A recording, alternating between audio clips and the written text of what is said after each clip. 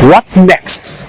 This is the question that we need to ask ourselves after the finance bill was rejected by the president. This is PTN TV with me, Professor Ezekiel Orero. Do you think the government will have enough money to consider the project done in the county government and in the national government? The president gave an order of slashing or reducing the expenditure in the three houses, the executive, judiciary, and the legislature. Do you think the members of parliament will go and amend another law to accept the reduction of the expenditure? Or do you think the government is going to borrow for another borrowing in order to do the project of the government? This is the question, and the question has been brought by the Gen Z demonstrating for 1 week concerning the Finance Bill 2024. In this regard as well, I am directing for immediate further austerity measures to reduce expenditure, starting with the Office of the President, the entire presidency, and extending to the entire executive arm of government.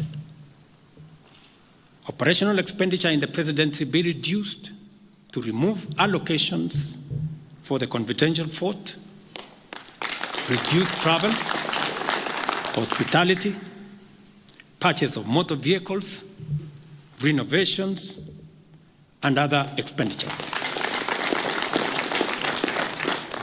This will cover the entire presidency and also the executive arm of government. I also propose that equally, Parliament, the judiciary, and county governments, working with the National Treasury, also undertake budget cuts and austerity to ensure that we do live within our means, respecting the very loud message that is coming from the people of Kenya. The question that the international countries are watching: what is the steps of the president concerning this demonstration? Many people lost their lives. As we speak, they are saying that 9 people are missing. They are unknown where they are. So many young men have been killed in the streets of Nairobi. I have no blood on my hands. 19 people, to the record that I have from the security agencies, are dead. Very unfortunate. As a democracy, that should not be part of our conversation. 2.4 billion of property has been destroyed.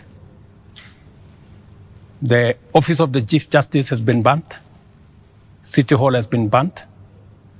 Parliament has been burnt. No society of Kenya came in the daylight saying, demanding to know what should be done. So many people have been detained. Up to the moment, they are not known where they are. Do not relent. We march forward together in the defense of our constitution. We pray for the repose of the souls of those who died yesterday, as we ask God to grant healing to the sick and injured in hospital across the country. We stand together seeking justice for all who are killed, injured, including those who lost their properties and valuables.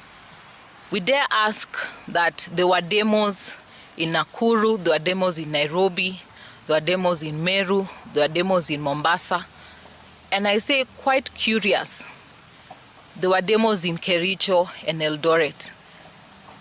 We are waiting to hear how many were killed in those counties.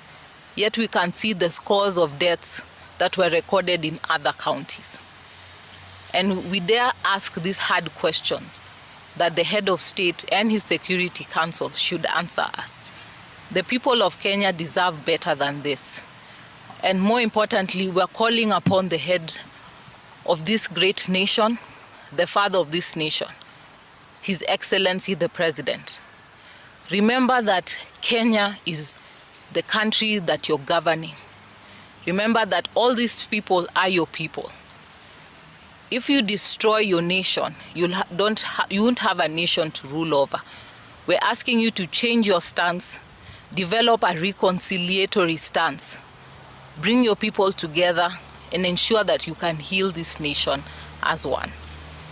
Let justice be our shield and defender. Sisi wote tuko katika inchi na tunajua kuna wale vijana walianza kuchukuliwa hata kabla maandamano ifanyike, na wengine hata wajulikani mahali wapo sasa hivi. Na tunaomba ili kuwe na mazungumzo yaliyo mazuri, hao vijana wawachiliwe ili wote tukue katika tebo. Itakuwa vibaya kama tutakuwa tunazungumza na wengine wako ndani wanaumia. Hao vijana ambao wamechukuliwa wawachiliwe. Rais, tunaomba kwa niaba yao wawachiliwe ili kuwe na dialogue ambayo itaponya nchi. Itakuwa vigumu tuongee tukisema tunataka kuponya nchi na kuna wengine wanaumia ndani. Many business in the streets of Nairobi and other parts of the country, they were affected, not only for the people but also the member of parliament. Their properties were vandalized. This is the situation. This is what has happened. The vandalism that took place. The construction is ongoing. This is because of the finance bill that was rejected by the youth. Now, who is to blame when such thing has happened? Do we blame the government?